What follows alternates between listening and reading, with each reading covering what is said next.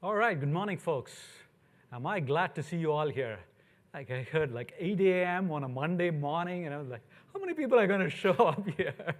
And it's really happy to see that there's a lot of interest in blockchain. I'm Ram Jagadithan. I'm the CTO of Blockchain Incubation here at Cisco. We're going to be talking about blockchain, what it is, and why you would want to be interested in why would you want to use it. Here's the agenda, let's dive right into it. So blockchain, I don't know, how many of you have heard about blockchain and looked into it? And there's a lot of hype, so I'm sure that's pretty much everybody. How many of you are crypto enthusiasts, own Bitcoin, Ethereum, any other cryptocurrencies? Wow, quite a bit. How many of you are familiar with enterprise blockchain? Okay, a couple. Have you tried any of the enterprise blockchain solutions, played around with them? Not too many. Okay, great. So I'll be talking a little bit, starting out with the beginnings of blockchain, how it got started with Bitcoin, and then we'll talk a little bit more in the later part of the presentation about enterprise blockchains. So it's a very intriguing story, actually. So back in 2008, an anonymous character, Satoshi Nakamoto, published a paper. And it is, if you've not read the paper, it's worth a read. It's a very intriguing paper. He also, soon after, open sourced the Bitcoin software. And that's what got the whole thing going. The early years of Bitcoin, 2009 to 2014, it started out as a hobbyist thing, a few guys playing around with it. And then around 2014, 2015, it really started taking off. That's actually when I started looking into the space. Cisco, part of my job at that time was to look at new and emerging technologies and figure out what Cisco should do about them and how interesting they are and what the opportunity is around them and so forth. And I started looking into it around 2014. That time, the price of Bitcoin had already gone up from like a few dollars to a couple of $100. And as I was researching it, it was really intriguing. And I read the paper, I got into it, and the price started going up. It went from 200 all the way up to 1,000. I'm like, wow, what's going on here? And I started going to all these conferences and reading up on all the material that I could get my hands on, and playing with Bitcoin a little bit. And as I was going through this experience, the price dropped from $1,000 to $300, and I was like, wow, maybe I should buy a lot of Bitcoin now. I'll go into some of my findings as I started doing more and more research into it. I kind of thought that this is just being driven by speculation, that the value is not that great. So I decided on principle that I was not going to invest a lot of money in Bitcoin. In hindsight, maybe that wasn't such a good move, but because it fell from 1,000 to $300, and here I was after doing all this research thinking, hey, you know what, it's just driven by speculation. There's a lot of problems with the public cryptocurrency stuff. But as I looked into it, I found a lot of issues, and we'll talk about it, and that's why I decided, it's not, and opportunities elsewhere, and applying the technology to other things. Anyway, it went on to 1,000.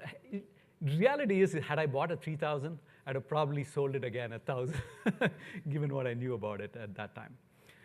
So there were other cryptocurrencies and public blockchain networks that crept up. Ethereum went live in 2015, and then it unleashed a whole other set of crypto ICOs in 2017 and so forth.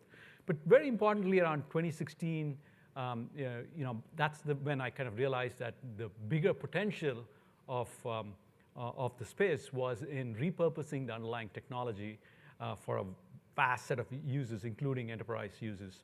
And we found other like-minded industry participants like IBM and Intel, and we joined the Hyperledger project, which is hosted by the Linux Foundation as a founding member. I'm actually, besides my role in Cisco, I am actually part of the governing board of Hyperledger, and I chair the cross-project architecture work group in Hyperledger. That's an umbrella organization that works on a number of enterprise blockchain technologies. So we've been involved in that, and that part is progressing well. You know, you've probably heard a lot of the hype around the ICOs. Bitcoin actually went up all the way to $20,000 a Bitcoin, like a couple of 18 months ago or so. Now it's come down all the way down. It came down all the way to 3,000, and it's back up now. I think yesterday it was at 7,700 a Bitcoin, something like that. So that's hundreds of billions of dollars of market cap. So Bitcoin market cap alone is probably 175 billion, around somewhere there. So it's driven a lot by speculation and hype, but certainly there's a lot of interest. But we certainly see the larger potential, not as much, and of course, Cisco being where we are, we're much more interested in the enterprise applications of the underlying technology around the cryptocurrency and public networks, and we'll talk a little bit about what that means as well. So, as I said, it's a really interesting story. No one really knows who Satoshi Nakamoto is. And this guy, or person or group, owns 1 million Bitcoins, because he's the guy who kind of got this whole thing started. So it's a peer-to-peer kind of technology. And because he was the author, inventor, and he was the guy who bootstrapped the network, he ran the first few nodes. We'll talk about how Bitcoins are created and how the incentives work and so forth. And so the estimate is, it's kind of a pseudo-anonymous network. So the estimate is based on the fact that he was the one who bootstrapped it. And you know, there's a track record of what keys, everything is tied to cryptography. So what keys are associated with ownership. It's estimated that he owns 1 million Bitcoin, which he has not touched. So he or she or the group has not touched. So it's very intriguing. And there are all kinds of rumors. The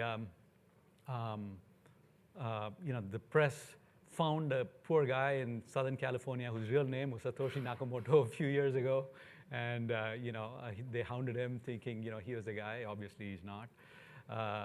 There are a few candidates who have the cryptocurrency and the cryptography credentials to have invented this technology. So there are all kinds of rumors. But whoever or whichever group is behind the invention and publication of blockchain, they remain anonymous today. There's one guy who claims he is. But it's very, very easy if you are truly Satoshi to prove it, because it's all based on PKI. And if you only the owner of the corresponding private key to any coin can actually cryptographically prove that they own that private key. And so if truly someone is Satoshi, all they have to do, they don't even have to transfer any of the coin, which is one way to do it. They just need to sign something and publish it with that private key. And because the public keys are available openly in the chain, anybody can kind of verify that. So it's super easy for him to unambiguously prove that he's Satoshi. So he's made this claim, but he said, no, I don't want to prove anything. And so if he's owning 1 million Bitcoin, and you say, hey, I'm not able to prove anything, and so that 1 million Bitcoin is what, like $8 billion. So if you're telling me that I'm Satoshi and I'm going to, but I'm not going to prove it, and I'm not going to spend any of that 8 billion, now that's very dubious. So we don't know. So either this person is truly, staying away, or he is the ultimate pump and dump guy, and he's waiting for Bitcoin to hit, $1 million per Bitcoin. So it's a big mystery. So It's a public peer-to-peer network, and and it's quote-unquote permissionless. What that means is anybody with access to Bitcoin software can join the network and become a participant, can participate in both doing transactions and in maintaining the network as a whole. And all you need is as part of the software, you're going to generate a pseudo-anonymous identity based on just your public-private key pair. So it is secure and immutable. What that means is every transaction on the blockchain, which typically involves, let's say, a payment transaction or a transfer of Bitcoin from one person to another, is cryptographically secured in the sense that if I own some Bitcoin that's attached to my private key, we'll go into the details. The immutability comes from several factors. Every transaction is signed by the transactor using their private key and is verified using their public key. Second aspect of immutability is that every node in the network has a full copy of the ledger, and there's other cryptographic techniques which make it very hard to kind of change anything once it gets committed to the public blockchain. And there are now tens of thousands, over 10,000 nodes in the public Bitcoin blockchain. So every one of them has a copy of the entire ledger. And so it's pretty much impossible to kind of go in and change far history in the ledger. It's a shared global ledger, so everyone has a copy of all the data. And in the case of Bitcoin, it is who owns which Bitcoin. And the method by which all these nodes agree is called consensus. And the type of consensus that's used in Bitcoin is called proof of work, again, invented by Satoshi in the 2008 and published in the 2008 paper. And we'll go into what that means. And it's popularly known as mining, and we'll talk about mining as well. And it's somewhat programmable. So instead of just doing simple transactions where you're transferring Bitcoin from party A to party B, you can actually specify some set of rules. There's a scripting engine that you can use to codify on what conditions those transfers happen. So how does it work? Let's say Alice has 5 Bitcoin in her wallet. Maybe she went to an exchange and converted some of her US dollars into Bitcoin. And so that Bitcoin is tied to her wallet, which has a public-private key pair. And Alice wants to pay Bob. Bob has his own Bitcoin wallet and a public key associated with that, and that's what is his Bitcoin code, and his Bitcoin address is based on his public key. And Alice wants to pay Bob, a quarter of a Bitcoin. So she sends a transaction paying Bob using his address and public key, and signs it with her private key, and publishes that transaction to the entire peer-to-peer network.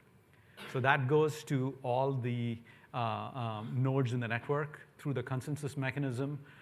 If it's accepted as a valid transaction, then it's recorded in that shared public ledger that now Bob is the new owner of that quarter Bitcoin. So what is the fundamental problem that was solved for cryptocurrencies using the blockchain? So the way I think about it is that Bitcoin is the first cryptocurrency and payment application on a blockchain infrastructure, right? So what was the cryptocurrency problem that was really solved, right? So if I have a real paper dollar, I give you the dollar, it's gone, right? So I can't give that same dollar to you, right? So now if you have digital currency, it's just a bunch of bits. So if I give you the dollar, what prevents me from trying to give that same dollar? It's just, it's just a copy, right? If I take a copy of an image and, I can send it to as many people as I want. So if Alice has given Bob a Bitcoin, what's to prevent Alice from, again, spending that same Bitcoin and try to transfer it to Carol, right? So that's the fundamental problem that was solved, right? So in a centralized system, of course, we are using digital currency already, but there is a centralized entity which is maintaining the ledger of who owns what US dollars, right? So if I do a wire transfer of $1, now the bank is keeping the ledger of my account, and then the dollar disappears from my account, and that bank is maintaining all the ledgers, and then that bank has accounts in the federal bank, and so that's how there's a centralized hierarchical scheme where the centralized entities are making sure that there's no double spend, right? They make sure that there's a credit and debit, and it all balances out. In a decentralized system without a centralized entity, you're going to use cryptographic techniques to make sure that when Alice transfers a Bitcoin to Bob, she can no longer do anything more with that Bitcoin. That's gone, it's Bob's, and so that's the problem that you need to solve. So now this peer-to-peer network is going to maintain that distributed ledger. So the other term that you're going to hear a lot is distributed ledger technology instead of blockchain, right? So it's a shared distributed database, and it's recording who owns what Bitcoin, and whenever that transaction is published, instead of being maintained by a centralized entity, the entire network is going to come to agreement that now Alice no longer owns that Bitcoin, and that Bob now owns that Bitcoin. Now, if Alice tries to simultaneously send a transaction with sending the Bitcoin to Bob and to Carol, the network is going to make sure that only one of those transactions goes through, and that's the consensus mechanism. That's what we call a consensus, right? So even if she's malicious and trying to say, hey, you know what, I'm going to send one Bitcoin to Bob, and at the same time I'm going to try to pay that to Carol, she's never going to be able to have both of those transactions go through, and that's the consensus mechanism that was solved using that proof of work consensus protocol, and what's popularly known as mining. So let's take a look at what that means, right? And why is it called blockchain? So as I said, there's transactions going on, and today most of those transactions are just speculators buying and selling Bitcoin, right? So but it could be any payment transactions, right? So you have these transactions that are happening. They are being sent to that Bitcoin peer-to-peer network, and what's happening in all these nodes who are validating and adding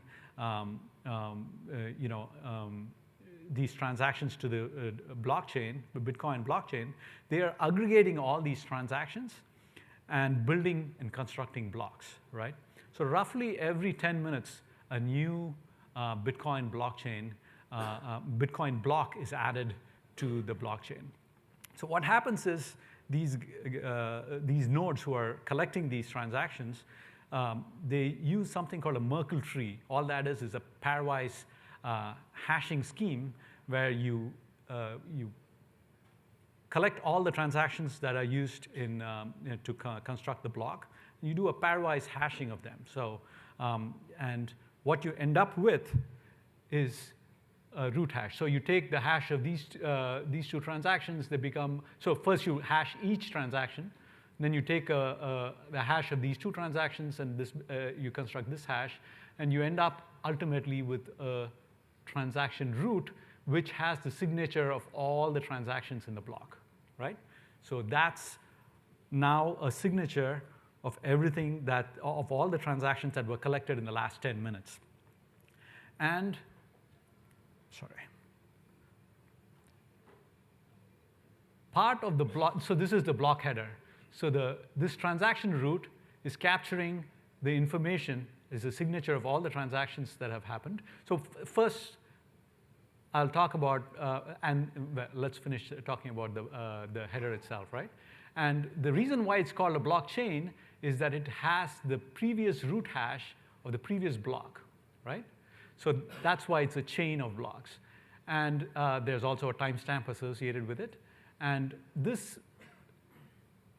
kind of header field called the nonce, it's misspelled here, there's no U in nonce, is a kind of variable that is computed as part of this mining exercise.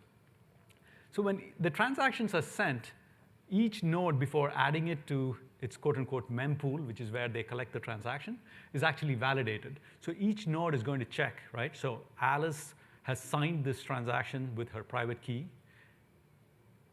Unspent, so it's going to look at, so the transaction is going to refer to an unspent previous transaction. That is, let's say Alice went and got these 5 Bitcoins from Coinbase by exchanging US dollars for Bitcoin. That was the previous unspent transaction that she's going to refer to when her wallet sent this new transaction, right? So that previous transaction was when she bought that 5 Bitcoin from Coinbase. Now the transaction is going to refer to that unspent transaction, and it's going to be signed using her private key. That unspent transaction that she originally did had her public key in it. So now all these guys can use her public key to verify that indeed she owns those 5 Bitcoins. And that previous transaction has that information that allows them to do that. So the new transaction is going to send that quarter Bitcoin to Bob using his public key. And actually what is essential is that the remaining 4 3/4 minus a small transaction fee is going to be sent back to Alice's own public key. So, right? So she had 5 Bitcoin from her previous transaction. It says, that was the unspent transaction output. She's going to say, I'm sending quarter of those 5 to Bob, and I'm keeping the remaining for myself. And then whatever doesn't add up, that's the transaction fee that she's willing to give to these miners. So I prove I own them by the digital signature, and then you set the new owner to Bob for the quarter, and then the change comes back to Alice. So that's the transaction. So every miner, before adding it to their mempool, actually verifies that it's a valid transaction. And then they collect all these, each one independently is doing this, by the way. So every miner, every node in the network is doing this. And then they go through this process of mining to actually create the new block. And mining is, so like I said, roughly about 10 minutes, a new block is mined. And they are verifying the transaction, and they're solving a computationally hard puzzle. So what they're doing is they're trying to compute this nonce value such that the corresponding hash of this entire block header meets a certain condition, right? So that's the computationally hard problem that they're trying to solve. How many of you are familiar with hash functions? Okay, so a few of you. So a hash function is a cryptographic algorithm which takes any blob of bits and turns it into a certain number, a pseudo-random smaller set of bits. So the type of hash function that's used in Bitcoin is a 256-bit hash. So you take a blob of bits, in this case that the first blob is just all the transaction data, and you convert it into a 256-bit number. And that transaction root hash is a 256-bit number, which captures the signature of everything. So it's very easy to compute the hash given the input. But because it's a pseudo-random function, if you're given the output, you cannot go the other way. So it's like a random number, if you will. It's a random function. So you have some input, and you end up with a random 256-bit number. So the only thing that you can do to make sure that the output of the hash meets some condition, and the condition is typically, you need to have a set number of leading zeros, so that roughly translate to you need to be below some threshold.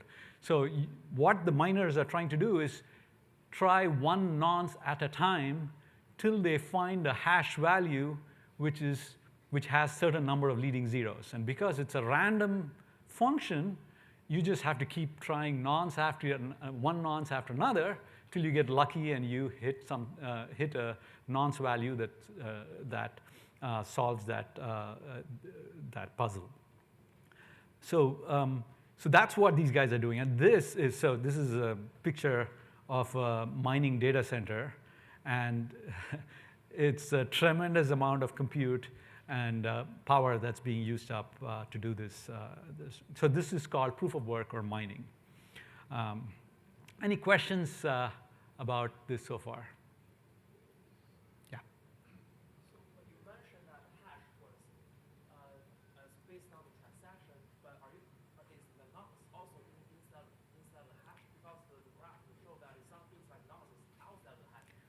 So the hash, so each transaction hash contains the transaction data, and then the Merkle root is calculated using the pairwise hashing of all the transaction data. And then you're computing the real hash value using the nonce of that, and then trying the nonce of that. Then that computed hash that satisfies that condition becomes the input as the previous hash for the next block.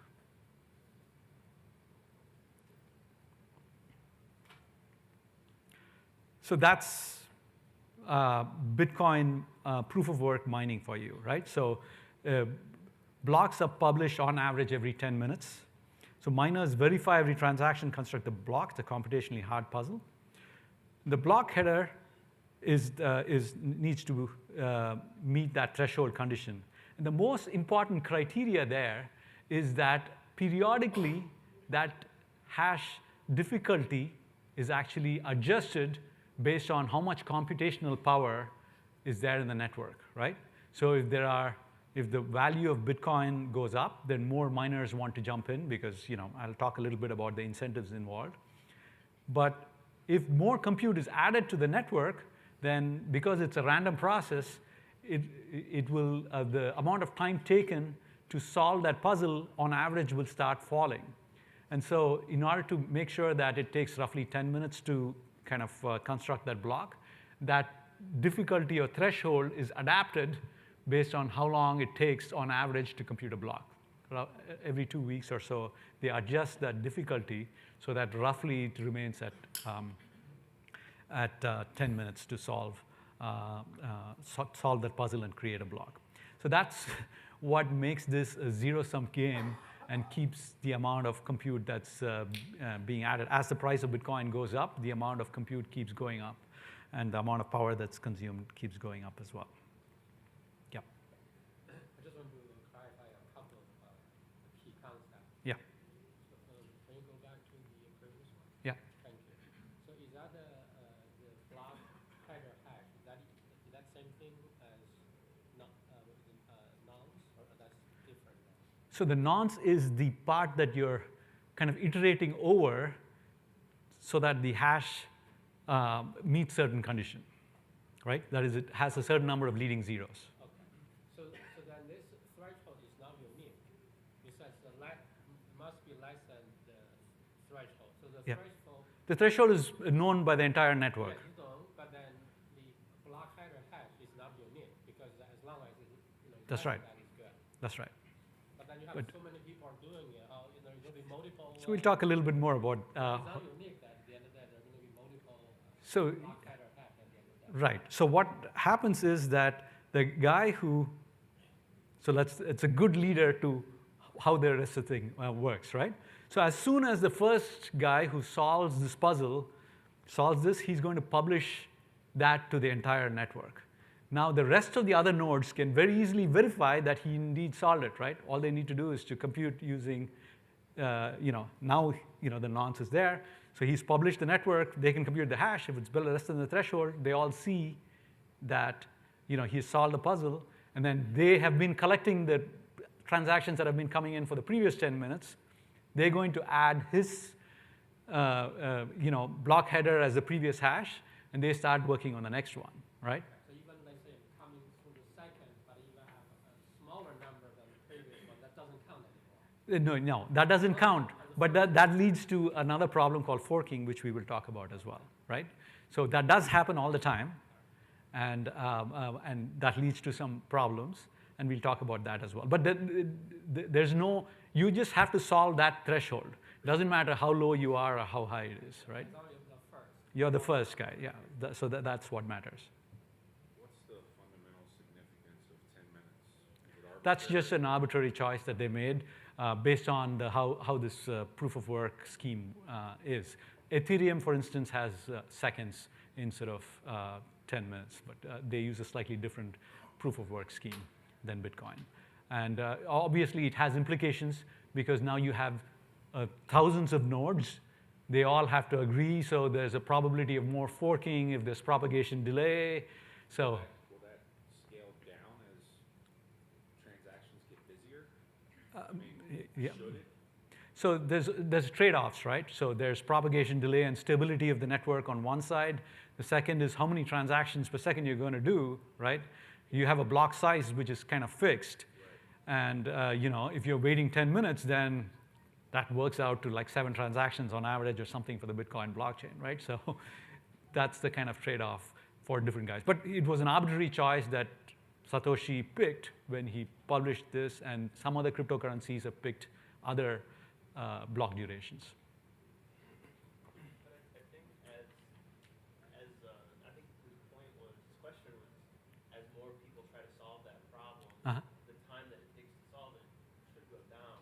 That's right. Which is why they do something like That's adaptive. So they change the difficulty. yeah, they change the difficulty over time. Yes, Exactly. precisely. I think that's what he was asking. Is that what you? I was thinking of it more as like having some finite limitation, or let's put it in networking terms. Mhm. When we came up with IPv4, it was great. It solved everything, and we had millions of IP addresses. Right now, 30 years down the road, we're like, crap, we're out of them. Right. We got to scale to something different. Yeah.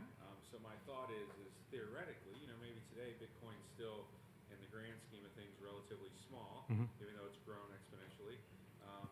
Is there a thought that at some point, So 10 minutes may need to change, or? it's not going to happen with Bitcoin, and there's lots of other reasons for it. But the way it's happening is there are other, yes, it's foundational to Bitcoin. And it's very difficult to change, and there are governance issues associated with it. But the way that's happening is that there are other public blockchains which have used different times, right? So that's the way it's likely going to. BCH exists because Yeah. people couldn't agree that BTC was going to be inefficient. Exactly. When we got to 100,000 miners. Right. The thing that's interesting to me is that, okay, we got it to $20,000. I was mining. I got my electric bill. There you go. It's like, well, gee, then it went down to $2,000. It's like, well, I don't want that electric bill anymore. Exactly. So I stopped mining. Yep. Yep. So my question is Mhm. as Bitcoin has gone up and down, and they they can't change the reward size. Yep. That's the algorithm. The difficulty is the only thing they can really change. Has it gotten more economical to start mining again, or not? I haven't researched that. It's in some sense, in the steady state, it's a zero-sum game. Right. And it's going to be set by whoever has the lowest cost of electricity. That would be China. That's China, right? So, or if you somehow have free electricity because you have some underhand deal. So that's the kind of thing, right? So we'll talk a little bit about those issues as well, right? So what are the incentives to do this? So so everybody has a good understanding of how proof of work works, mining works, and so forth, right? So now the reason why it pays off to kind of start working on the next block is that a lot of work has gone in the chain, and so it makes you have the incentive to mine the next block and earn that incentive. And I talk about incentive. The two incentives that you have, right? First incentive is that the person who solves that puzzle and publishes the block, and if the block gets accepted, they are minting new Bitcoin with every block, right? So that incentive started out when Satoshi created blockchain at 50 Bitcoin per block. Of course, at that time, Bitcoin was worth fractions of cents. And now, so they have a set algorithm of what that mining reward is, and it continues to kind of fall in half periodically. Right now, it is 12.5 Bitcoin per block. So every 10 minutes, whoever wins that game, that puzzle-solving game, is going to be rewarded with 12.5 Bitcoin. And that will fall to 6.25 Bitcoin next year. And there's a set number of Bitcoins that are going to be mined. So it's 21 million. And after that, no more new Bitcoin will be mined. So the other incentive is transaction fee, right? So when I mentioned the Alice and Bob example, Alice had 5 Bitcoin. She wanted to send a quarter Bitcoin to Bob. She gave change back to herself. Whatever difference there is, she actually, instead of giving back 4.75 Bitcoin to herself, she gives 4.74 Bitcoin. That 0.01 Bitcoin is what she intends to give the miners as a transaction fee reward. So it's up to the transactor to propose whatever transaction fee that they're willing to pay.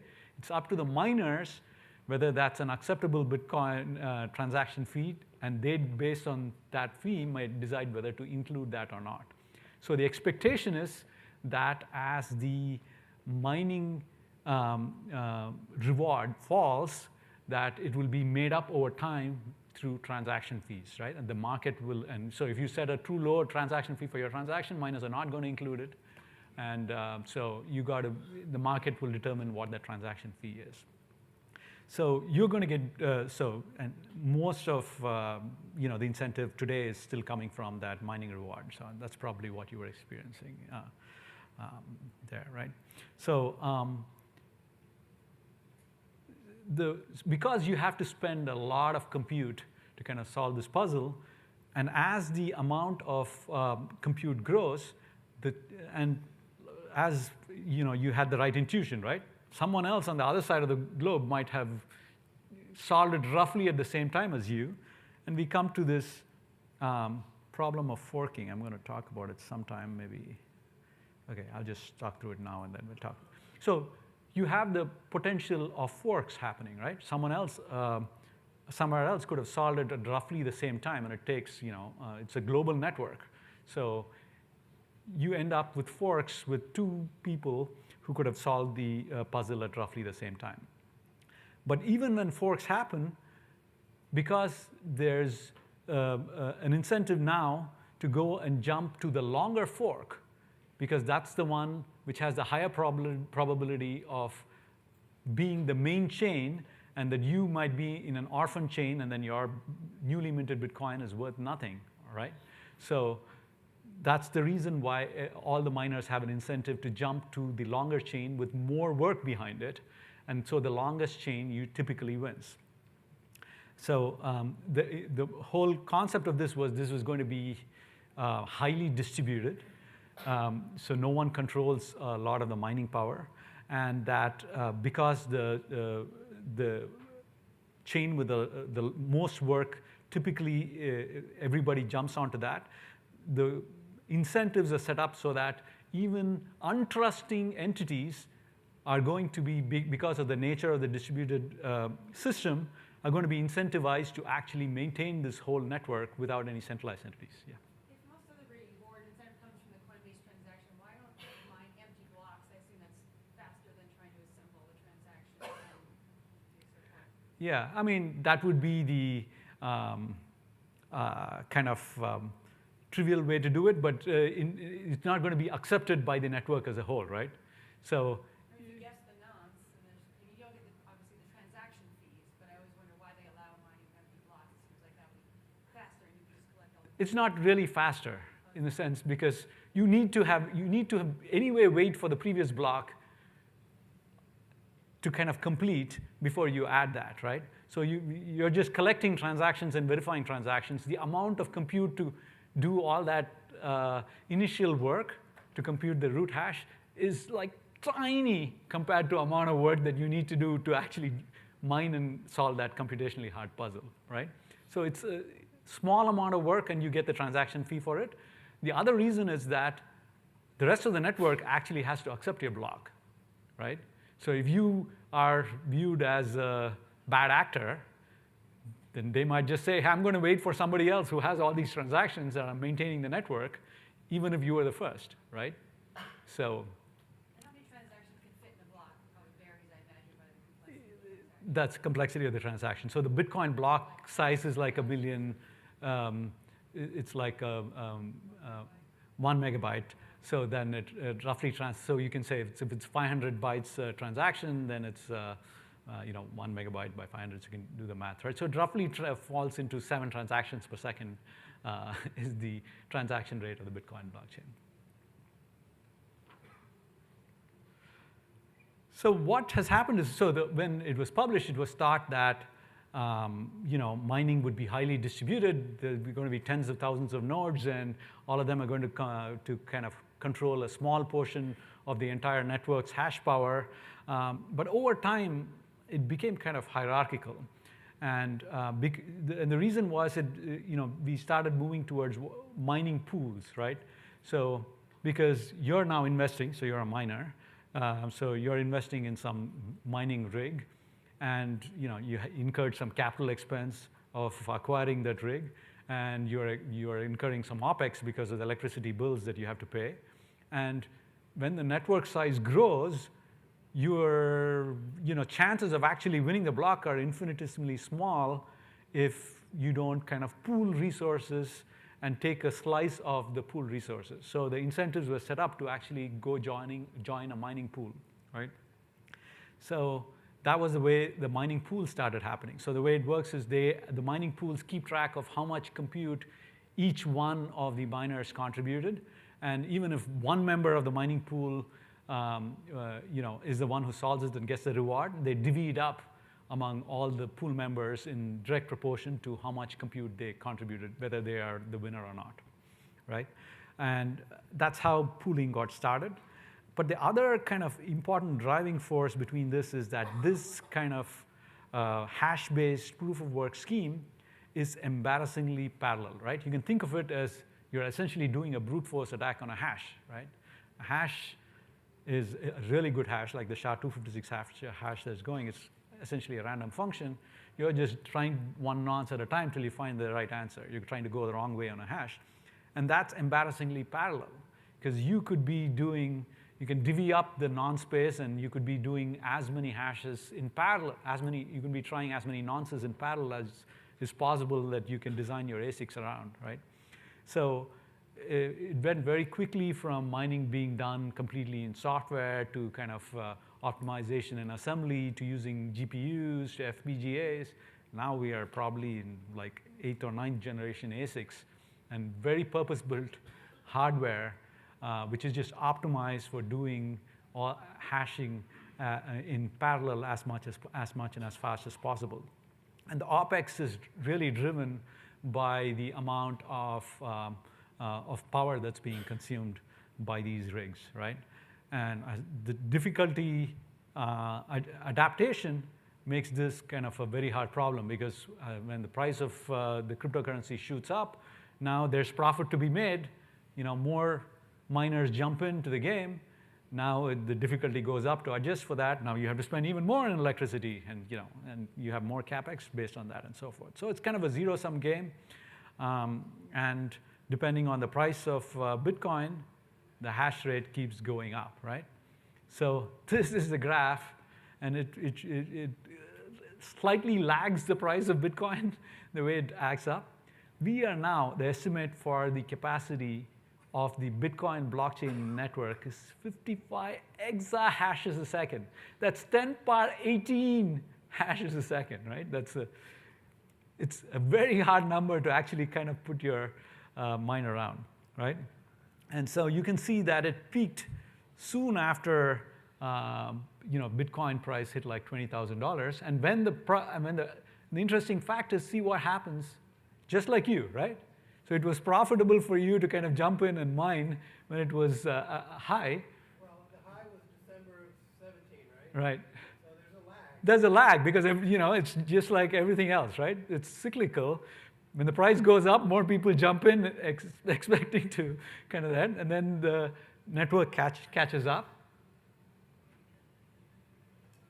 And by the time more compute really comes on board, the price has already fallen. So what happens as the price falls is tricky, right? So now you're no longer profitable. So you're saying, I'm spending more electricity than I'm making, so you're going to stop mining. So the amount of compute actually falls when the price of the the capacity of the network actually falls when this thing, and which can actually lead to problems in how stable this is. So the lesson here is that mining in the long term is a zero-sum game, right? And it has some very weird incentives. And it's actually, and I made the point earlier, the economics is driven by the cost of electricity, right? So at the steady state, the guy with the lowest electricity cost is going to be the one who is going to make money, and he's going to set the price, right? Because if the price stays high, more people are going to jump in, and the guy with the lowest cost has the lowest operating expense, and he's going to keep adding more mining as long as it's profitable. At the margin, everybody else is going to lose money. But if you're speculating, you might as well just buy coin on the market. So here's the other stunning factor, right? If you look at the estimate of how much electricity is being consumed, and all this is doing, it's not doing any useful work. It's not as if you're doing SETI, thing over here. All it's doing is a brute force attack on a hash, right? So if the entire Bitcoin network was a country, it would be the 42nd highest consumer of electricity between the Czech Republic and Switzerland, right? So that's how much electricity is being wasted on Bitcoin. So we talked about forking, right? So multiple paths do happen. It's not like a linear chain, right? You asked a very good question in the beginning. What if someone else solves it roughly at the same time, right? So it happens. So part of the network who sees that first is going to start mining based on whatever they saw, right? It's a global network. The guy publishes it. So even naturally, without any other motive, forks do happen.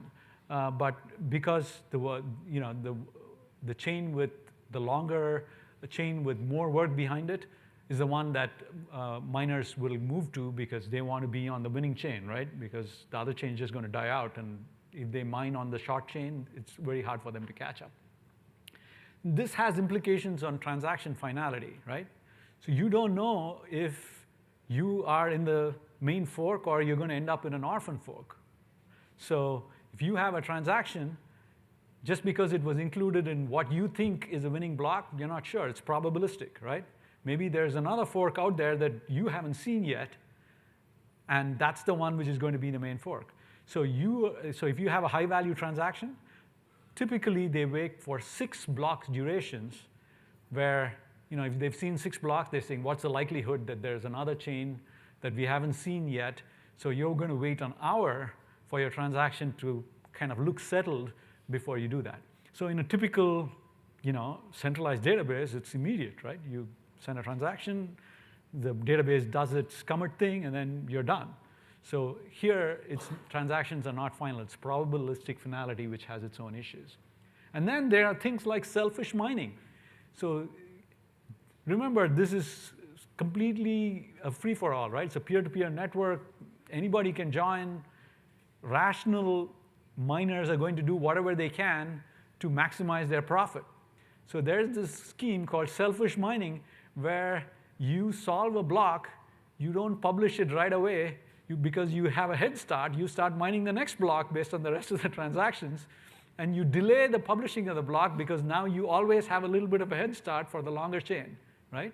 So that would definitely lead to more forks, right? Because you're going to wait for somebody else to publish a block and then say, hey, you know what? I actually have a longer chain going here. And everybody's going to migrate to my chain. So there's perverse incentives to kind of game the system, which kind of leads to even more forking. So all of these reasons are why I came to kind of realize that it's not a great fit for enterprise, right? So firstly, when it was first kind of proposed, the value was going to be that this is going to be a huge transactional network. It's going to be a cryptocurrency not under the control of any centralized entities and so forth. But essentially what it turned out to be is primarily digital gold, right? So it's a means for speculation. Because of its pseudo-anonymous nature, it's being used for, some subset of it of the transactions are being used for kind of dubious activity, right? Anyone who's doing kind of not so legal transactions can remain pseudo-anonymous by using it. But there's real value, right? And the real value is just like gold. People invest in gold and use gold as an investment. Bitcoin has a digital version where it's easy to hold and trade and so forth.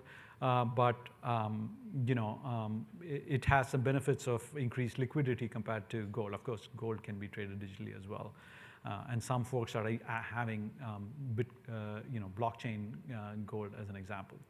But if you were, as a cryptocurrency, it's not, so what's a currency, right? So store of value and a medium of exchange. It's not such a great cryptocurrency for most of us because the value turns out to be very volatile. So it's not a good store of value. And the medium of exchange, the transaction fee is not that low, it turns out, because of the high cost of running the network.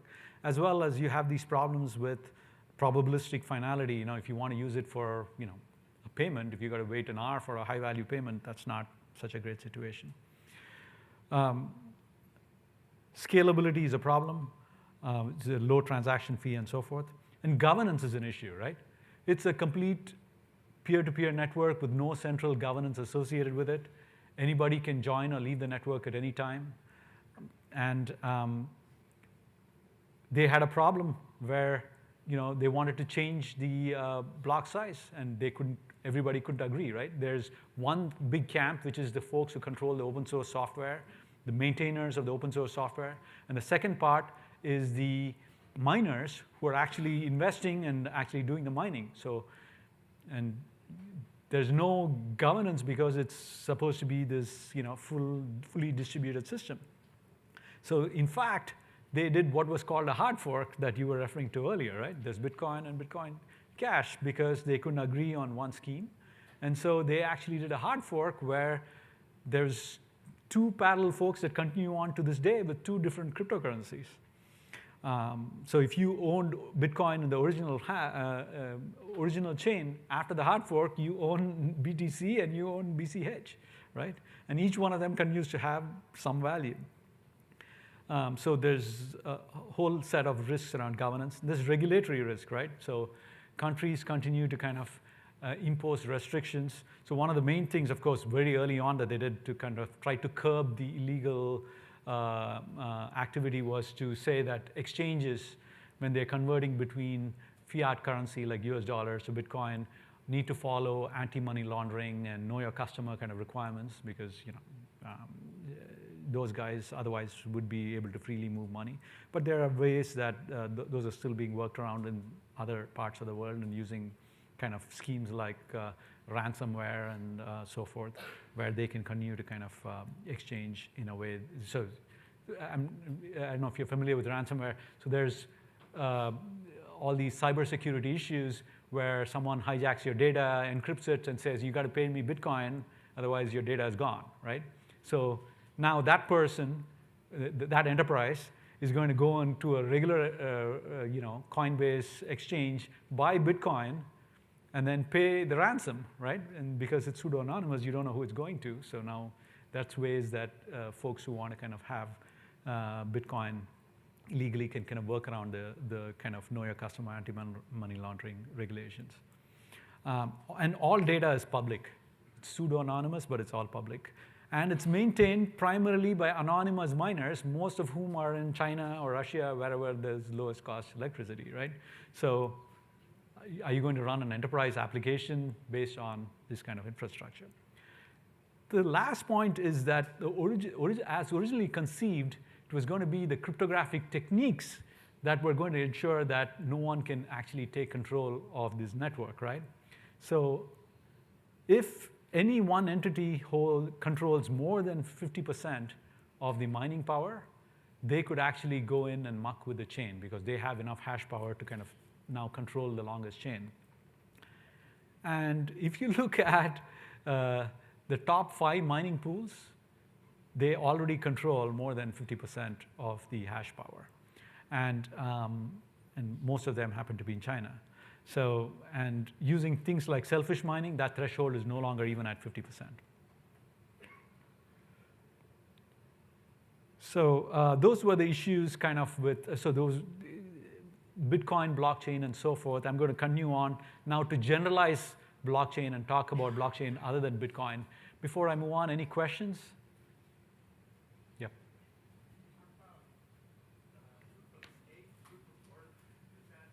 Yes. Bitcoin is using only proof of work.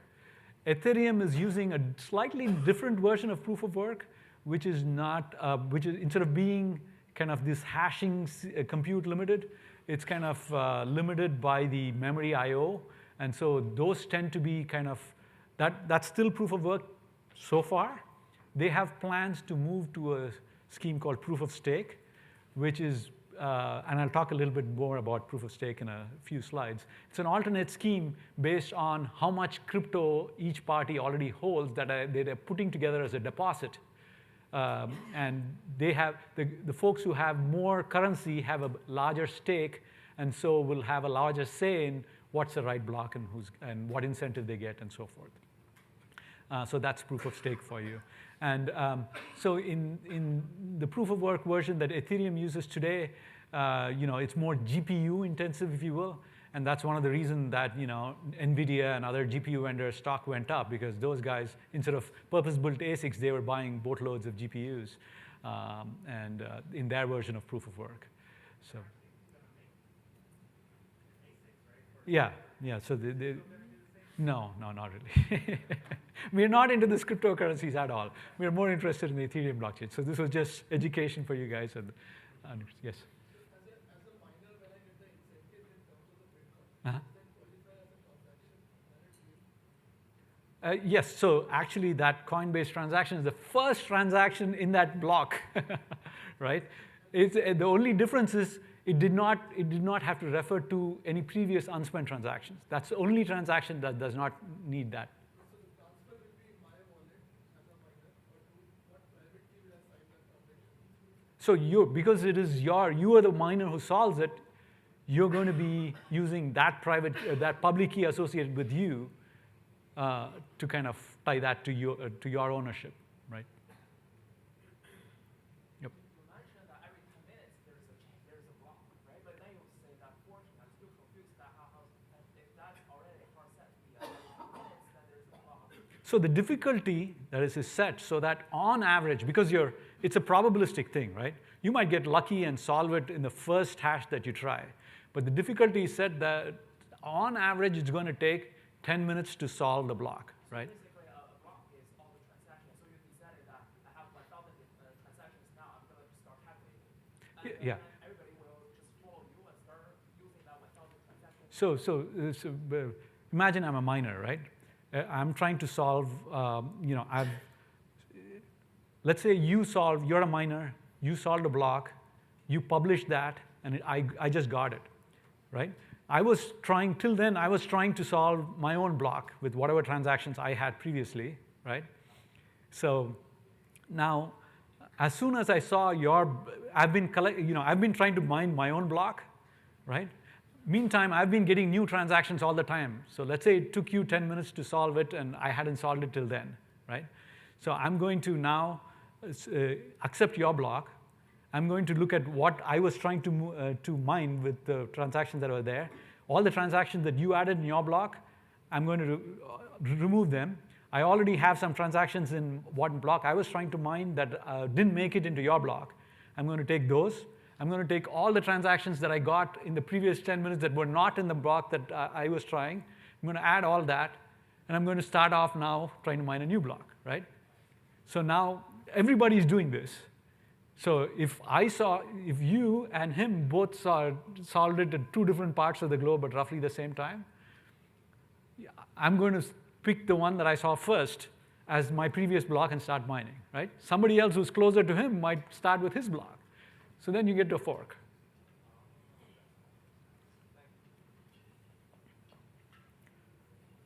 Yeah. What happens to the original inventor whenever he or she comes up and says, I got so many? Wouldn't the price of this go? So that's the biggest. My thing is that the early folks who got into Bitcoin are sitting on a lot of Bitcoin, right? It's not just him. But when it was, hundreds of billions of dollars of wealth has been created out of nothing, right? So it is, in my opinion, it's a highly manipulated market, right? They can't all sell at the same time because without having the price dropped. Some of them are true believers, right? Because it's only a certain number of coin that's going to be there. So they kind of, the true hodlers, if you I've seen that believe that you should hold on to Bitcoin forever because the price is just going to keep going up. Sky's the limit, right? But I think it's just a manipulation game. So there are some who are true believers and are not selling. I think the others are just, manipulating the market so that whenever it goes up, they're going to get out at a steady pace. The reason to ask is. That's my opinion. But, yeah. The reason to ask is because you've got all this malware attack people who want bitcoins out, right? Right. You said there's a set amount of bitcoins being created, Right. So you're going to create artificial, But yeah, but you can go to the smallest unit is, you can have fractional Bitcoin, right? So in that sense, from a real utility perspective, even if the value of Bitcoin goes to $1 million, you can still trade a millionth of Bitcoin, right? You can keep breaking the Bitcoin because it's just bits, right? So you can trade fractions of Bitcoin. So that itself is not an issue. Yes?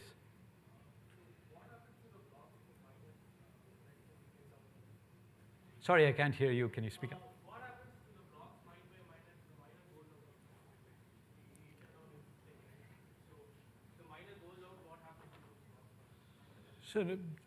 So, he just drops off, right? So you have to, it's a continuous process.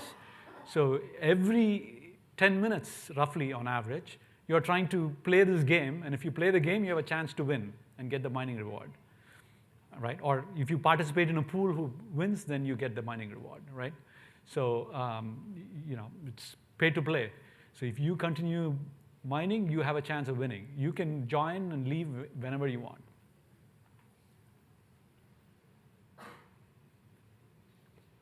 All right, so let's now try to generalize it, right? What's a blockchain? It's a shared digital ledger for recording transactions. In the Bitcoin case, it was who owns what Bitcoin, right? And the history of transactions is stored on the ledger and cannot be altered. The Bitcoin case cannot be altered for multiple reasons. Every transaction is digitally signed. There's a replica in tens of thousands of nodes. All the blockchain is kind of maintained by these strong cryptographic techniques which cannot be changed, right? If you waited, let's say, for a long enough duration, the chain is immutable. So there are forks, but as long as you end up in the longer fork, it's immutable. So that's Bitcoin blockchain, but there are other techniques to achieve the same, and we'll talk about that. Why do we need it, right? So participants who are kind of a distributed set of players, they can have a shared state. So every node in the Bitcoin blockchain network has a copy of the ledger, and they are all, leaving forks aside, they all have a shared source of truth of who owns what Bitcoin. So, without a centralized entity, now you have a way of kind of having a source of truth. You can eliminate error, fraud, dependence on intermediaries, right? So that's kind of some of the values of blockchain. How does it help? So it's a single source of truth for all the participants. Transactions cannot be altered. So there is an audit log completely, it's cryptographically provable audit log of what happens. And you have a mechanism where all the participants actually agree on that single source of truth, right? Which is fascinating. You don't need a centralized entity like a bank to kind of say who owns what Bitcoin. Eliminates errors, right? So, and eliminates the ability for fraud. You can't say, hey, one person says, hey, I own this, and the other person says I own it at the same time, right? If you're all participating in consensus, we all agree on what's that source of truth. And so in the public case, they try to be trustless, but even in the enterprise blockchain setting, you have a much greater trust involved in these networks. So it's fundamentally different from a centralized client server architecture, right? So in the case of central bank, you all send information to the bank. They change their ledger, and you have to trust that intermediary. Many cases, you have the intermediary exerts control. They extract more value than they're adding just because they've established themselves as a trusted party and so forth. So now you can, with decentralized blockchain architecture, you have a fully distributed network. without relying on kind of a centralized system. So now we come to what is a distributed app, right? So if you generalize this concept, you say that now it's a shared replicated database that's being maintained with these strong cryptographic techniques. Now you can use a distributed app as an app which is using this shared distributed database as its backend, and now it's an app that runs on and is being maintained by that blockchain network as a whole, right? So this, as I mentioned to you, even with Bitcoin, it has some amount of scripting capability, so you can actually put your own transaction logic, but it's kind of limited to payment type semantics, right? You can kind of say on what conditions my Bitcoin payment should go through. But in other blockchains like Ethereum, you can have arbitrary code, and so you can think of it as almost a fully decentralized computing environment with the distributed apps executing code on a distributed platform. So what is a smart contract? It's code that is programmed to automatically execute on blockchain networks. And because it is actually code that was sent and added to the network just like any other transaction, all the participants need to agree on that code, right? So now you're taking it to one more degree of transparency by saying the blockchain network participants actually are agreeing on what is the transaction business logic that's going to be used to kind of maintain that shared distributed data and that shared distributed application. So you have the ability to validate transactions that are happening on this shared distributed data. Any questions on some of these concepts?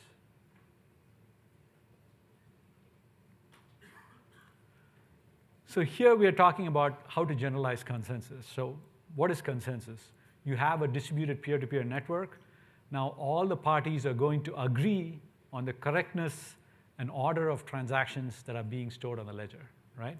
So in the case of Bitcoin, like I said, the fundamental problem they were solving is, what's a valid transaction, right? It needs to be signed by someone who holds that private key. So it's a valid transaction. If there's a double spend, right? If Alice tries to send the same Bitcoin to Bob and Carol, only one of them is going to make through, right? And if, you can't have the network having both those transactions there, right? So using that mining proof of work scheme, you're going to make sure that the ledger is fully consistent. So the way to generalize things is proof of work is like a lottery scheme, right? The way you win the lottery is by solving that computationally hard puzzle. There are other ways to do that. You were asking about proof of stake. So proof of stake is a lottery where your probability of winning is proportional to the stake or deposit that you put in, right? So the more deposit you put, the higher your probability of winning that lottery and of you minting the block, verifying that block, and getting the reward and so forth. Proof of elapsed time is another kind of scheme tied to Intel's SGX enclave technology. And so they roughly translates into the more CPUs with SGX that you have running, the higher the probability of you winning that lottery. So that's lottery-based schemes, right? So someone wins the lottery, they commit a block to the blockchain, the rest of the network verifies it, and that's how blocks get added. There's other schemes based on more conventional consensus protocols, and those are like Paxos, Raft, PBFT. These have been around actually for a very long time, right? So these are traditional distributed systems protocols that have been used in kind of data centers. If you've used etcd or console, under the hood, they're using these kind of schemes to kind of have agreement in data centers among servers who are coordinating with each other, right? And so those schemes, you're actually asking the participants to vote, roughly, right? And the differences between the different schemes is what kind of fault tolerance do you have? Some of them, like Paxos and Raft, are crash fault tolerant. That is, even if a node crashes, you can guarantee that the network is going to remain consistent and valid. And there are other protocols like PBFT, where even if one of the nodes is acting maliciously, you can tolerate, quote unquote, having Byzantine faults, arbitrary faults, you can still survive that as long as the number of faulty nodes is small. It's less than 1/3 typically. So what are what's the different types of consensus protocol, right? Things like proof of work and proof of stake can be permissionless because they are just based on public-private key pairs. You can be pseudo-anonymous entity, and you're known only by your public key. And the problem with some of those schemes is they are probabilistic in terms of finality, right? We talked about that. You have the possibility of forks. If you end up in the wrong fork, then you have to unwind those transactions which you thought you committed, and then go to the unwind those transactions and go and commit the transactions that are in the other fork and so forth. So you have probabilistic finality. Number of nodes can be arbitrarily high because of the nature of the lottery-based schemes. But the speed tends to be pretty low. And it's super high energy cost, and it's Byzantine fault tolerant, right? Because other than some of these gaming schemes, which still they kind of guarantee that no faulty transactions can get through. So it's completely trustless is the claim that the Bitcoin blockchain folks will say. Then this proof of stake, that again depends on what kind of a deposit that you have. It's very similar, but the speed can be higher and you're not spending as much in electricity, but it has a whole set of problems that they are trying to solve, but that's why they have not yet moved. So it's still kind of experimental, if you will. One of the problems is I hold a deposit. If there's a fork, what's my incentive to not use the deposit in both forks? I own that stake in both forks, right? So you have to kind of have other schemes to kind of penalize guys who are using their stake in both schemes, and then there are faults with that. So it's still kind of issues that need to be worked through with those schemes. We talked about PBFT. So those are, and Raft, those are kind of voting-based schemes. You have a set of nodes, and in some sense, it's like routing protocols, right? You have a bunch of nodes, routers who are exchanging route state and converging on link state and what routes to choose. So these are distributed protocols where nodes are voting on the order and correctness of transactions and the validity of blocks. So, of course, by the nature of voting algorithms, you need to know who's participating in the network, because you're going to say, I have 10 nodes, and as long as I get 7 out of 10 or 6 out of 10, then that's a valid block. So now I need to know who's participating as a voting member of my network, which means these networks tend to be permissioned. That is, in order to be a member of this network, you need to be a known entity who is maintaining this blockchain. So it's not typically anonymous. It's tied to strong identity. And some of these protocols are Byzantine fault tolerant, but that requires extra rounds of communication to make sure that no one's lying. And some of these are simpler, like Raft and Paxos, relatively, and those are just crash fault tolerant. All right, so that was the overview of the generalized view of blockchain, moving away from Bitcoin and so forth. Any questions at this point before we kind of jump into enterprise? Yes? Yeah, you said that there has to be consensus. Yes. So that amounts to a single party veto.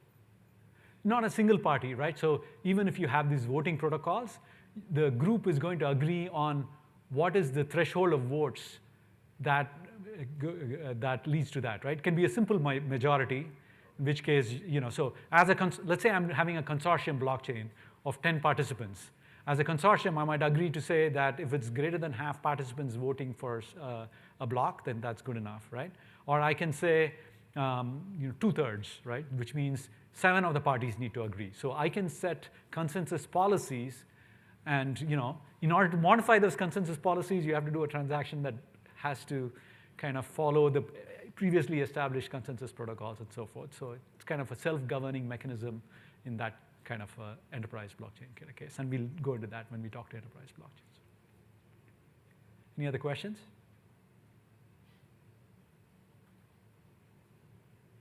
All right. So what's the difference between enterprise blockchains and the public blockchain, right? First, it's typically a permissioned peer-to-peer network, right? So every entity is typically known and has a strong identity tied to that public-private key pair. It's, again, secure and immutable using kind of similar cryptographic techniques at one side, but using different set of consensus mechanisms typically, which are much more efficient. So you have, in an enterprise settings, typically you have strong identities for every actor, both transactors and nodes who are maintaining the network and so forth. It is secure and immutable, like the public networks as well, because again, you're using the same PKI infrastructure for the digital signatures. And you use PKI even more because instead of proof of work, you are typically collectively signing the blocks that are being created as well. And that's the way in which you get that immutability. You still have a shared ledger, but it's not shared publicly. You can have private or consortium chains. There's a copy of ledger in each of the entities who's participating, each node who's participating in this enterprise blockchain.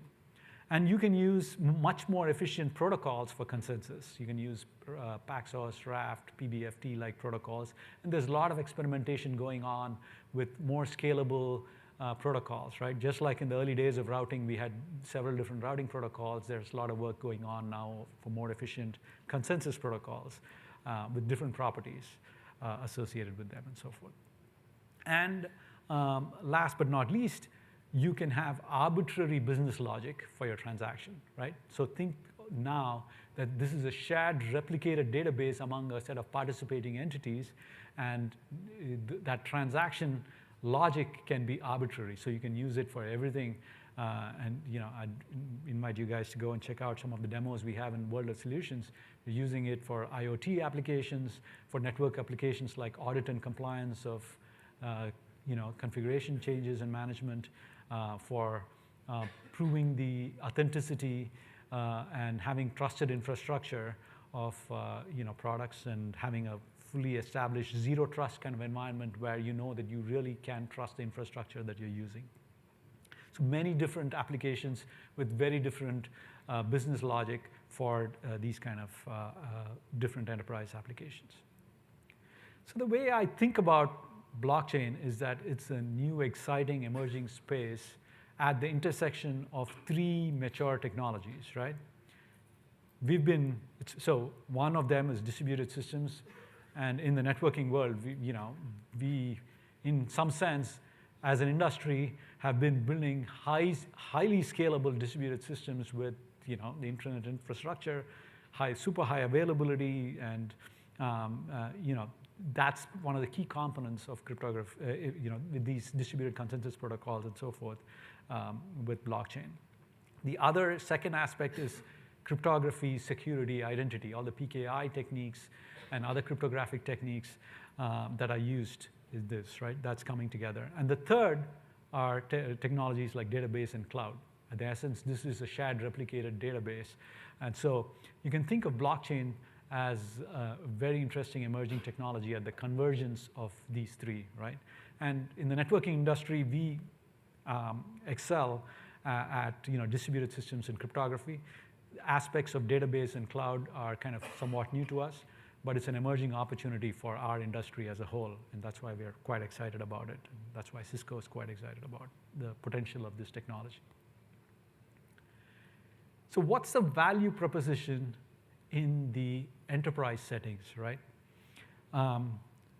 So what happens today is that you end up either with silos of information. So think about enterprises working together, right? So the first place where we actually deployed this is in our supply chain ecosystem. You're probably familiar that we are one of the first large companies to go to an outsourced model for our manufacturing. We actually don't make all of our equipment ourselves. We have contract manufacturers like Flextronics and Foxconn manufacture our equipment for us, And so it's a complex orchestration that goes on between our manufacturing team, our contract manufacturers, our tier 1, tier 2 suppliers, our distributors and partners and so forth. And in that kind of an environment, what you have is silos of information, right? So when there's an order for some new equipment, we have our view of that, our contract manufacturer has their view, our suppliers have their view, and so forth. And you have a lot of friction associated with it, and the need for reconciling those. So if anything goes wrong, so we all have our own ERP systems, and we talk to each other using messaging EDI type interfaces, where we exchange messages about what's going on, right? So we say, hey, we're placing an order. We received an order, we are placing an order for manufacturing 1,000 of these routers and so forth, right? And as long as there's no discrepancy in this peer-to-peer messaging kind of environment, you're fine. But as soon as a simple discrepancy creeps up, there's no automated way of resolving it. You're left with folks who have to kind of resort to email, sending spreadsheets, phone calls, WebEx, and so forth to kind of resolve those issues. And the potential with blockchain is to have actually a single shared source of truth among those participating entities, right? So you eliminate the problem of having a discrepancy that you need to reconcile manually. So that's one. Second, it drastically improves the transparency among those participating entities and reduces risk, right? Because now you have this cryptographically secure, tamper-proof audit trail of exactly what happened to that shared data, right? And who initiated that transaction that you've all agreed on.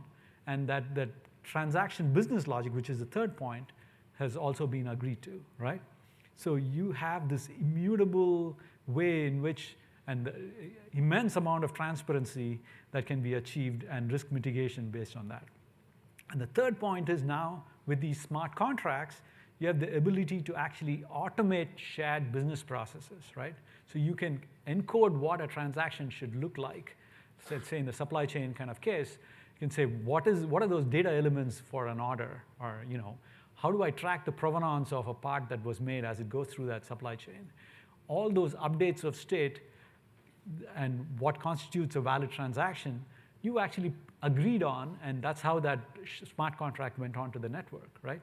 So now you have the ability to automate those shared business processes and have an increased degree of assurance and trust around those shared business processes because now they're on this blockchain. So it's an emerging technology, and we think it has a huge potential in the long term. So with these kind of building blocks, right? Depending on how you use the blockchain, you have kind of 3 levels of values the way I think about it, right?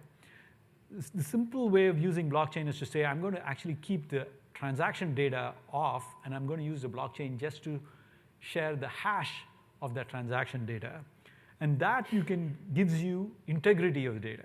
If you just say, hey, I want to always know that I have the right data, even if all I'm sharing is a hash, I can go always look up the blockchain and say, hey, does my private data hash up to that hash value that was stored in the blockchain? But that doesn't give you the full benefit of blockchain. The next level up is if you're putting the data itself on the blockchain. And that's a little bit of a double-edged sword, and I'll talk about it, in the sense that now you are sharing some information with the other participants, but there's value, and that's when you realize the value of transparency and the single source of truth from that shared data. And the next level up is by using those shared smart contracts where you have workflow automation and assurance and so forth. So where we are today is the way that enterprise blockchains are being used are in kind of small, siloed, industry or use case specific blockchain networks. Like I said, we've deployed our blockchain solution in our supply chain network for tracking the provenance of the parts on our products and components. And there are several applications that our supply chain team is excited on. We're working on things like IoT data provenance, where it's being used to track kind of medicines which need to be maintained at a certain temperature, things like blood that need to be transported and maintained in a certain temperature range and so forth, tied to IoT sensors for temperature, shock, and so forth. It's being used to track renewable energy generation and carbon credits and renewable energy certificates. And of course, there are lots of financial applications and logistics applications as well. So there are many different applications. And what's happening is small purpose-built networks of, let's say, 5 to 50 participants are participating in these networks. And that's how it is being used today. But our vision is that just like the way the internet evolved, instead of having one giant public network like the way the Bitcoin blockchain network is, where all those 10,000 plus nodes are participating in one peer-to-peer network, that these small networks will organically grow, and there's already a need to kind of have them interoperate in the sense that you want to do operations that span multiple blockchain networks. For instance, our supply chain network that we use for trusted infrastructure might feed into a supply chain finance network where banks are involved, in which they're doing financial transactions. It might lead into a distribution logistics blockchain. It might lead to where we're tracking the products as they go from manufacturing all the way to customer delivery and so forth. And so there are overlapping set of applications where it makes sense to use the integrity of data and do transactions which can be anchored in the previous chains, if you will. And so we see this eventually, and the end vision is that if we do this right as an industry, we will end up with a network of networks. Just like now in the internet started out at many private networks, we can do information exchange across these sub-networks. The big vision for blockchain networks is, at the end of the day, we'll end up with a network of networks where any two untrusting parties will be able to do transactions across a set of networks without having any previous strong business relationship with each other, because of the ability to interoperate across these separate networks. To achieve this vision, though, it's a long way off, right? It's still very early days in this technology. So we need to work through open standards, through today open source, but eventually open standards. We need to kind of say, how do these things work? What constitutes a cross-chain transaction? How do you move an asset from one blockchain network to another? What kind of trust needs to be involved, right? And so forth.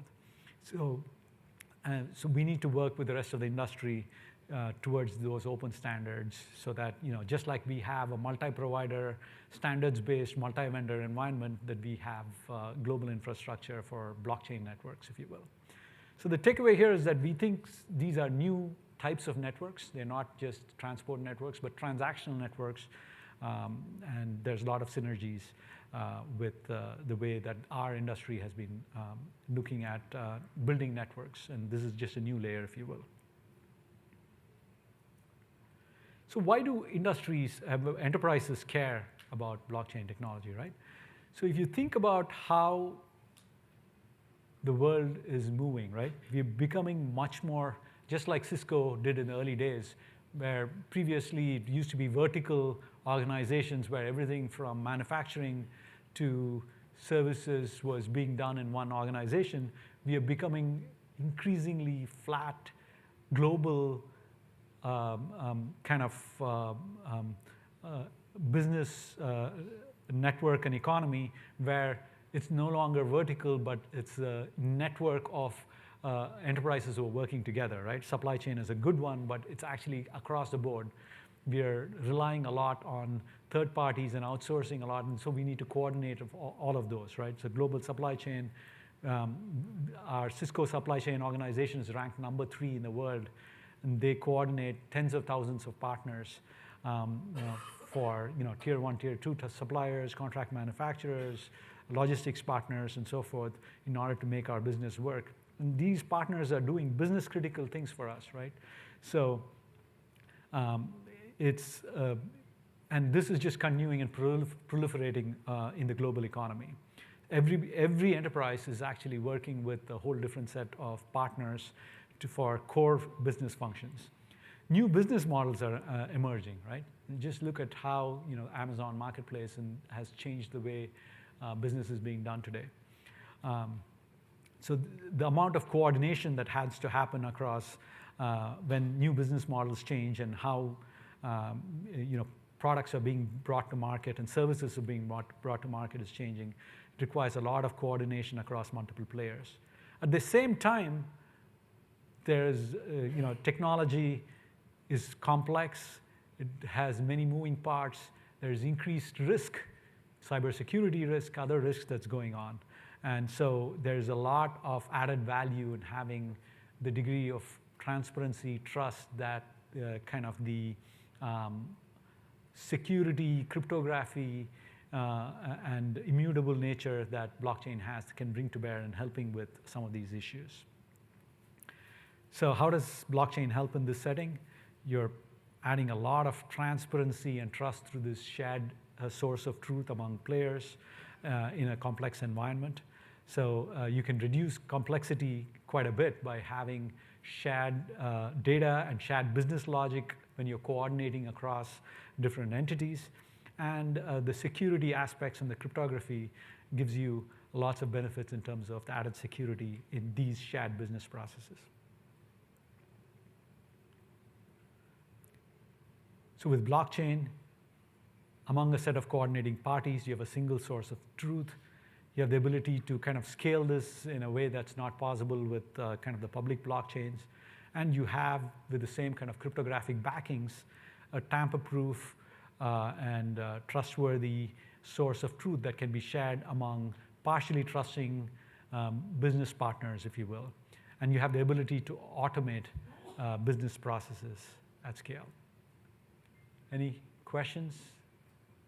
Enterprise blockchain, yes? So, when you said a single source of truth, that if you were to deploy, say, blockchain technology with all your vendors end-to-end, till your end customer, would all your vendors know all the information that you got, or will you have the knowledge? You get a question. Excellent question. So when we talk about enterprise blockchains and private blockchains and so forth, that becomes a very interesting, and I'll talk a little bit more about some of our capabilities there. It's kind of a strange concept. With blockchain, there's value in sharing data, but you don't want to share all data with everybody, right? So one of the interesting requirements in these enterprise blockchains is to have very fine-grained control about who gets to see what. And that's some of the things that's needed and that we're working on to kind of provide the ability to have that selective disclosure and role-based access control and having the owners of the data have full control about who gets to see the data involved. So you can actually have the ability to say in a very fine-grained manner with our blockchain solution to say who gets to share what. Yes? So for companies to enter enterprise blockchain, do they have to build their own private networks, or can they use private networks or distribute apps like on EOS, Tron, et cetera? So there are kind of folks who are trying to use public blockchains and kind of tie them to enterprise blockchains. It's kind of, in my opinion, that's not, if you remember the 3 levels of value that's there, the lowest level of value is probably doable. The other 2, it's kind of very difficult to meet true enterprise requirements. You can just use those kind of systems to publish a hash of your data and keep that data off-chain, if you will. And so you can have those schemes to do data integrity, but to have actual shared data on a public chain is kind of very hard. You can have kind of side chains and again do something with putting the cryptographic hashes on the public chain. There is an effort by the Enterprise Ethereum Alliance to kind of build enterprise Ethereum solutions which are loosely tied to the public Ethereum network, which follow that kind of approach. All right. So So one of the themes for blockchain for the three kind of things, main messages for blockchain for enterprise needs to be simple. These are kind of complex technologies with many moving parts. So we're building solutions which are really simple, easy to deploy, manage, and integrate with existing systems. To have really enterprise-grade security, right? So one of the key aspects of blockchain is that you need to protect that private key. I didn't talk about it because we're kind of short on time, but there's many cases where if you lose your private key, you're in a lot of trouble, right? So that's it. There have been, there's an example of a reporter on TV talking about Bitcoin, and he flashed his private key. And in a matter of minutes, that coin is no longer his. So, and there are folks, there's this unfortunate recent incident in Canada. One of the exchanges, so in exchange, you can choose to have your own full wallet and own your Bitcoin, or you trust the exchange and they hold your coin for you. So the founder, the guy, the CEO of the exchange, passed away without kind of having a backup and for someone else to have access to his private key. Now, not only is his money gone, all the Bitcoin that was held in exchange is completely gone, right? It's burnt. If you don't have the private key, you might as well have burnt your coin, right? So in any setting, it's really important to kind of have strong key management techniques to kind of manage that. So that's an essential aspect of it. And you've probably heard over the years a lot of hacks, right? So especially in exchanges where the individuals are not owning their own keys, if your keys get compromised, your coin is gone. And sorry, go ahead. Well, if a key's legitimately lost, right? Why can't we use the same technology that we're using to hash out these new blocks to basically brute force or hack a private key? What prevents that? So nobody. So the security, if you have strong enough PKI techniques in this case, that aspect is elliptic curve strong cryptography, which is unhackable, right? So for now. So for now, as long as quantum computers don't exist, so there's a threat with quantum computing, but if you ignore that threat with quantum computing, it is pretty much super strong, and there's nothing you can do about it. So that hashing block building technique cannot be used. You can have so if you own some coin which is protected by your private key, if you lose your private key, your money is gone. The only way to undo that is go to a previous transaction and try to fork it from there, but as an individual transaction. In a public blockchain, that's impossible.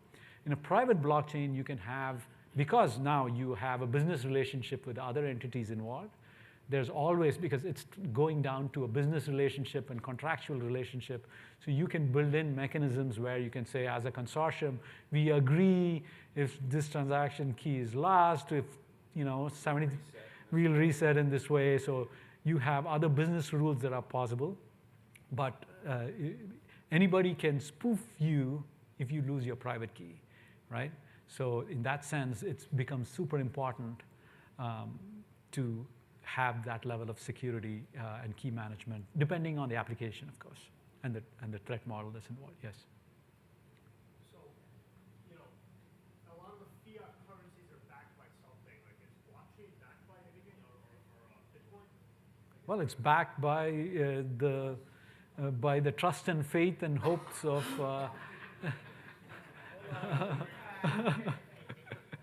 The system, no. So that I'm being a little, yeah, and the U.S. dollar is backed by the faith in the ability of the U.S. government to kind of have a strong economy and have the taxation to kind of pay back the things that they borrow and so forth. So, but coming back to the things, so there's levels of trust. It started out being trust in the algorithms, in the proof of work and the mining and the trust in that. That's one level of trust. The second level, and that turned out to be weak, like I said, because it got centralized with a few mining pools in China and Russia and so forth. But there is, now the trust is more around incentives. There's more for incentives for the miners to keep the network alive, so they are more profitable by keeping the network alive, not killing the goose that's laying the golden egg. So it's a kind of game theoretic, incentive-based system which is self-sustaining. But at the end of the day, the value of Bitcoin currency is based purely on speculation and faith and hope.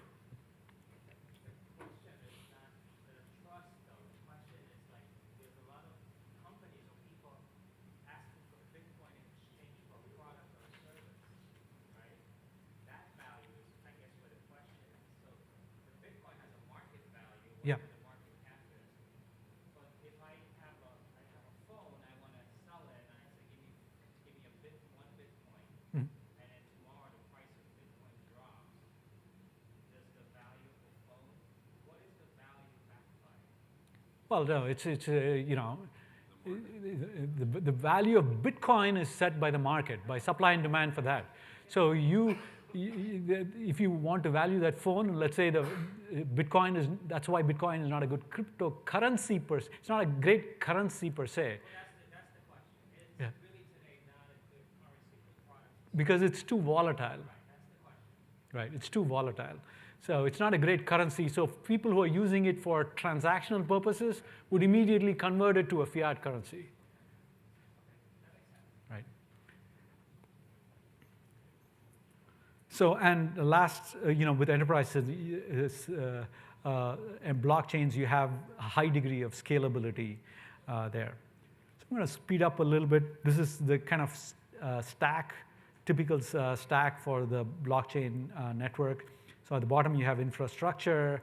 Hardware security modules come in for this key management depending on the application. You can have completely tamper-proof hardware, the private keys never leave. You know, compute and network infrastructure on which these nodes can run. You have a scalable communications layer for the nodes to communicate on, right? So you have a peer-to-peer network of, let's say, 10 nodes. You can have secure communications link between them. You're looking at how that can use multicast and so forth. There's the distributed ledger layer where you are kind of maintaining the blocks, the blockchain itself, and the important part is the consensus protocol. So we have an ability to have a right type of consensus protocol. You have the smart contract layer. This is where the transaction logic actually executes. So in our case, the first one that we've implemented is a JavaScript kind of smart contract engine. You have identity and policy, right? So tied to PKI, right? Whose entity, what public key is it associated with?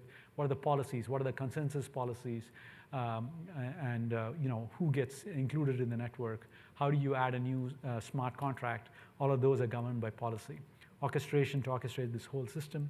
And other aspects of it is how do you maintain the end-to-end security? What kind of monitoring do you need, right? In this kind of private enterprise, it's a partially trusted environment. The way I think about it, it's a trust and high verify model. You are able to observe and monitor the activities of all the participants, and you can do all kinds of analytics to kind of see what's typical behavior and what's potentially anomalous behavior. And you have performance management as well to say, are all the nodes performing the way they should, and so forth. And you asked a very good question earlier about information confidentiality. That becomes a very key aspect in these kind of enterprise blockchain. You need fine-grained control about who gets to see what. So some of the key benefits of the blockchain solution, I said, you know, it's a shared distributed database. You have powerful object-oriented model for this, so you can do that. So let me skip quickly to some of the use cases that we are seeing, right? So use cases span multiple kind of industries. Supply chain is a leading adopter of blockchain use cases. We see that everything from track and trace to traceability and genealogy and trusted provenance of products. So that was one of the first applications we built, right? Turns out our optical transceiver modules are one of the ones that are very easy to counterfeit. So So now we are actually working with our supply chain to kind of have a full record and genealogy from when we ship our brand protection labels to our contract manufacturers to when they apply that at the end of the manufacturing process for that and bind that brand protection identity to the actual MAC address and serial number of that part. And when it flows through the supply chain, to track every update that's there. So, and now when our brand protection team or our customers want to kind of verify the authenticity of the part, instead of having, a weeks-long process to check, they can scan that part and immediately see whether there is a good genealogy for it or whether there's some red flags and it's a suspect part. There's logistics use cases. Trade finance comes up a lot. International payments has been one of the leading kind of early adopters. Asset trading and capital markets becomes a leading use cases. Identity is distributed identity and decentralized identity. There are a whole lot of use cases that are cropping up as well. I talked about the supply chain use case and how we are using it to track the provenance of our products, right? So here we have nodes that are globally deployed across our supply chain infrastructure, some in our network, and we have nodes running in our contract manufacturers who make our optical transceiver modules and our contract manufacturers and so forth.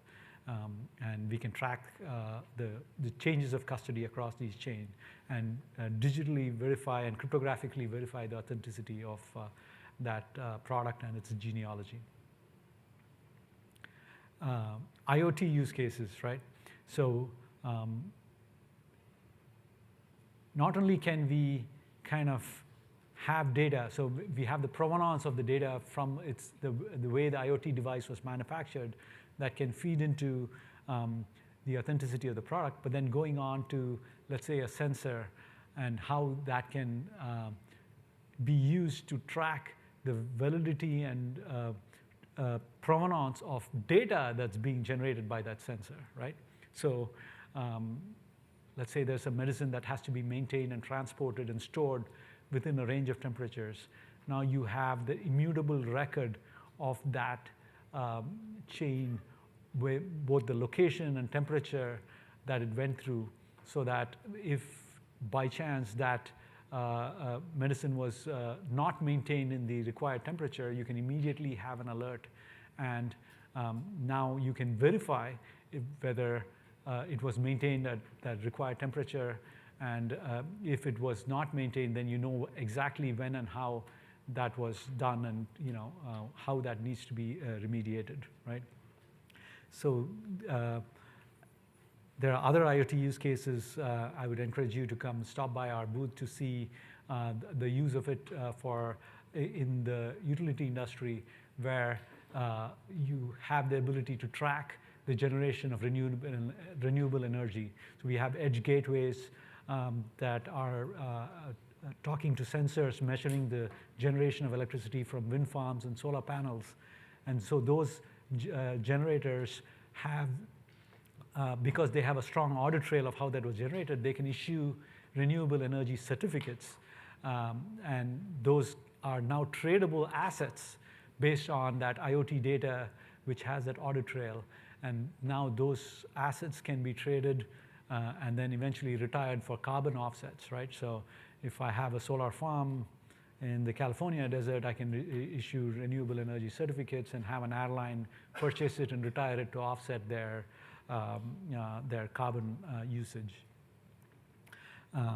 So lots of uses in IoT. There's smart city use cases, common ledger for now tracking energy as well, even across the grid. So you can do the same kind of energy tracking, energy trading, where you have solar panels and so forth as well. Autonomous cars with electric vehicles being plugged in and sharing information and energy as well. There's even concept of saying, hey, you can store energy and consume it from an electric car, but during high energy usage, you can actually plug it back into a network, send energy back, and get credits for it, right? So all kinds of interesting applications are coming in from on the smart cities segment. And most importantly, we are looking at a whole bunch of networking use cases. Again, you should go to our booth and look at some of those. One of the things that we are concepts that we've kind of built in is around audit and compliance, trusted compliance, where you can actually use the blockchain to create a full audit trail and have a shared view of those configuration changes and share it with not only for internal compliance, but also with third-party auditors, and in the future, with insurance providers, right? So now if you have the ability to show that you have maintained compliance both from an internal cybersecurity standards or cybersecurity risk templates, or for regulatory compliance like HIPAA or PCI, then you can kind of have that audit trail of configuration changes. Use those smart contracts to actually encode the rules of what's compliant and what's non-compliant, and have an automated way of capturing it, verifying the compliance of it, and sharing that information in a tamper-proof way with third parties like auditors and insurance providers. Any questions on use cases? So for setting up enterprise blockchain systems, Yes. from a hardware perspective, is it something that, because it's a smaller blockchain, I can do on regular commercial compute, or is there Right. reputable ASIC solutions? There's no ASICs required for blockchain operation today. We don't use any proof of work or mining because we are using distributed consensus protocols, which are somewhat similar to routing protocols in some sense. They're much more efficient. So we have a very flexible environment. We can run blockchain nodes on UCS servers on the cloud. And more importantly, if you can go to a demo and check it out, we are actually running it on Cat9K. So we can run it on our network infrastructure as well. Which comes a plug for our demo. So we are, for a live demo of this, check it out at World of Solutions. We are near, I think, Hall A side of the World of Solutions, back in red here. That's where we are in the Cisco Innovation Network booth. Do come check us out. There's also other DLT sessions. If you are interested to learn more about smart contracts, I'm giving a talk again at 4 p.m. Anup is talking about more about enterprise blockchains, and there's talk about IoT and so forth. So if you're interested in the other sessions, please follow them. With that, if you have any other questions, we can talk about it, but this is the conclusion. Enterprise blockchain is real, has proven value and strong potential. Our vision is that it'll be an internet-scale blockchain network of networks. It's a whole range of use cases being piloted, and this is a means for us to really accelerate digital transformation and build internet-scale trust networks. Questions? I think you mentioned there's a consortium, industry consortium, Yep. further developing Yep. the enterprise blockchain. Yep. Right? Yep. So can you share that other than Cisco, who else are in that consortium? So there are many players. IBM in Hyperledger. There are several projects involved. IBM is one of the leading players in Hyperledger, and they have a project called Hyperledger Fabric, which is an open source project, but it's IBM led. Intel has their own contribution called Sawtooth in Hyperledger. There are many startups who are involved, and other big companies are participating as well in that consortium.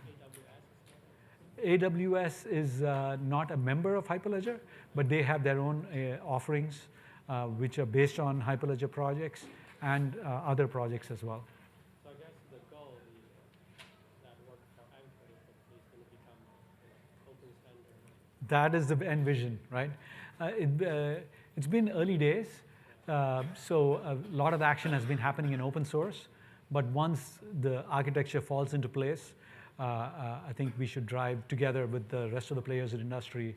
We should drive towards open standards, just like what we did in IETF for the rest of the infrastructure. So that's the goal. Yeah, thank you. And please remember to complete your session evaluations.